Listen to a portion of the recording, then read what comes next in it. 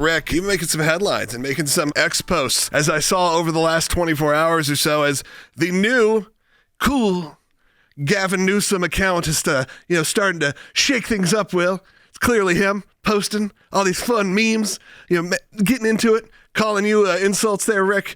Another moment where the Newsom team tries so desperately to be cool, to be relevant. And you know what? Sadly, there's, I'm sure, a big group going, oh, look at this. Finally, someone having fun here. And to me, of course, I look at it and just, you could see it's cringy how phony it is. Phony, but it's consistently phony. What we know is Gavin Newsom keeps reinventing himself. I think he keeps trying to find a new version of himself that's likable, because remember, he's launched like 5 podcasts now. He keeps renaming them and coming up with new gimmicks.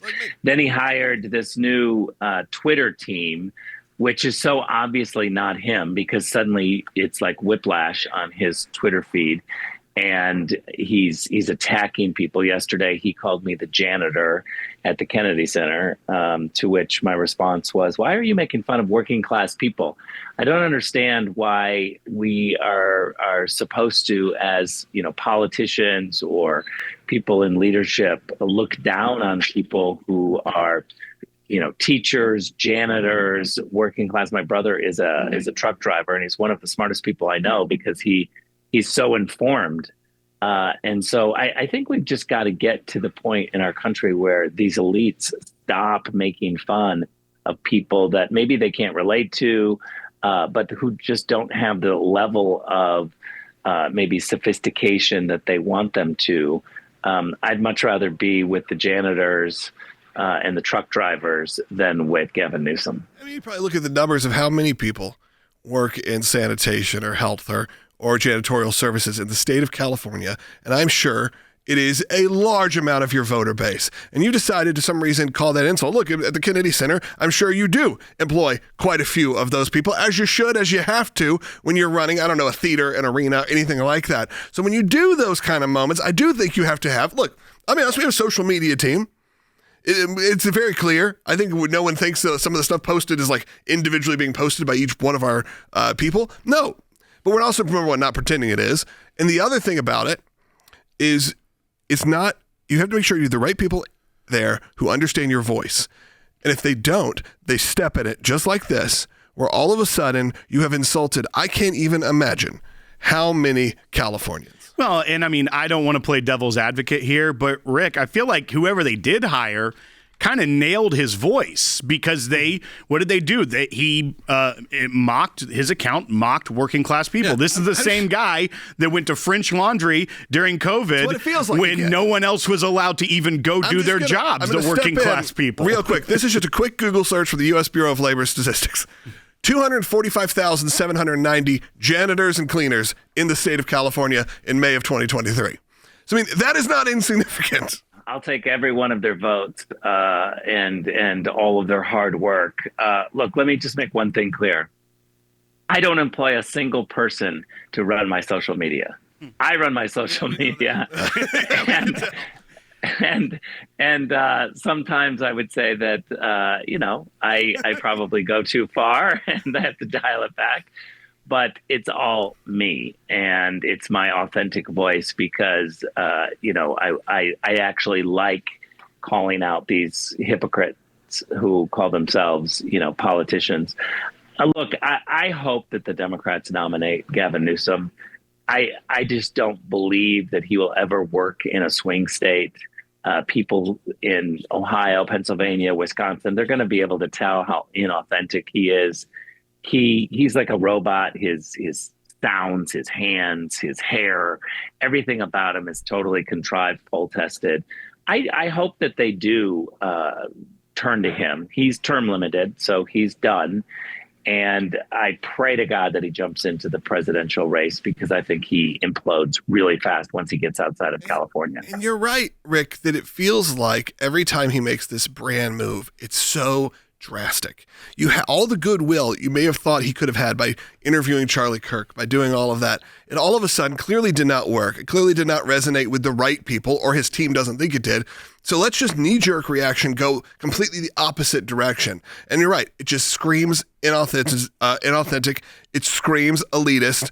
And it's unfortunate. You're not Wendy's, okay? You're Gavin Newsom. You're the governor of the state. You can have fun on social media. There's nothing wrong with that. But when you start throwing around jabs and you start really just picking fights, it just becomes lame. Well, and Rick, here's what I want to know, because I'm starting to see a pattern, but whether it's his hired social media team or Gavin Newsom himself, he keeps going after you. Why are you such a threat to Gavin Newsom? Well, look, I think we're holding him to account in some ways, between the water problems, I should say water management problems, because we live on the ocean. We don't have a water problem. We have a water management problem. We don't have a forest and fire problem in California. We have a forest and fire management problem. And we're calling him out. And President Trump has me as the point person really holding back some of these funds that California is thinking that they're just going to automatically get. And what we're saying is we're not going to give these funds over to California so that they make the same mistakes and we have another fire because we don't have the reservoirs filled. We don't know how to do water management. We still haven't fixed the problems of forest fires and forest management. How do you do that? Just through common sense. Gavin Newsom is out running for president. He still hasn't fixed these. And so our concern, President Trump's concern, is if we somehow just allow this money to be handed over to California, they make the same mistakes and we're going to have another fire. Look, last night I had an event for my organization, Fix California. We had 150 people gathered in Manhattan Beach and they are outraged. I would say 50 to 60 of the people that showed up lost their homes in the Palisades. They now live in Manhattan Beach, where I live, and they're outraged. Many of these are Democrats. I talked to a woman last night from the Palisades who is a Democrat who will never vote, at least for the next couple of years, for a Democrat. She's so outraged that the basic utilities, we have the highest taxes, property taxes in the nation. And these individuals saw a fire coming over the hill. They went to turn on the water. They had no water pressure. They had no water. These are just basic services. Karen Bass is a disaster. But you know what? Karen Bass thinks that she's going to win. She's running again. And I opened up the speech last night and I said, look, we're all outraged at Karen Bass. We think there's no possible way she's going to win. She's running and her people are telling her she's going to win. Now, that's pathetic. I want to meet the people who are going to vote for Karen Bass, because between Karen Bass and Gavin Newsom, the people of California, common sense voters, see this as so lame. They are not going to go for this again. We've got a big moment in California, and I think that's why Gavin Newsom is afraid. I'm very curious about that, Rick, because I know that a lot of people here are probably like, why are you spending so much time on local news here in California, with West Virginia? We're here in Tennessee. We're seeing a mass migration, obviously, from California to Tennessee. Most of my friends from L.A. are now here because of reasons like that. And these aren't necessarily most conservative people. These are people in the arts who just decided they couldn't take it anymore. And I think we have to always look to these big states to see how things are going.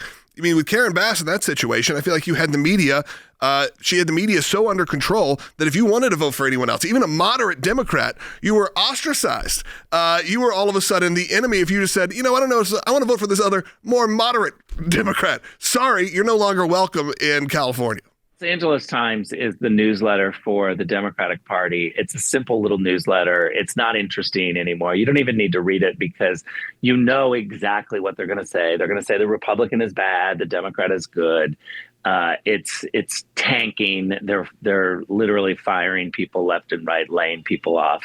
And so that's the largest newspaper in the state. And the media are, they're not even jumping on the fact that the governor of the state is mocking janitors. The media are largely silent in California. Now, if I mocked janitors, they would be mocking me for 3 straight days. And I would have an editorial in the Los Angeles Times. And so it's just a double standard. Everybody knows it. We don't care anymore about the Los Angeles Times. They're totally irrelevant, but Gavin Newsom does. And he's feeling the heat from the pressure and the fact that Californians are sick and tired of bad politicians ruining our state, and we're gonna do something about it. So we're organized. We're very thankful you're there, Rick. A state that, again, I don't write anyone off. I don't write any states off, any areas off, whether it's New York, California. These places are some of our shining cities. These should be the ones that everyone goes to, the tourist capitals where people think of America. They think of these places, and we got to make sure that they are being properly managed and handled. You want people living there. You want people to come as tourists, and you think about that for worldwide economy.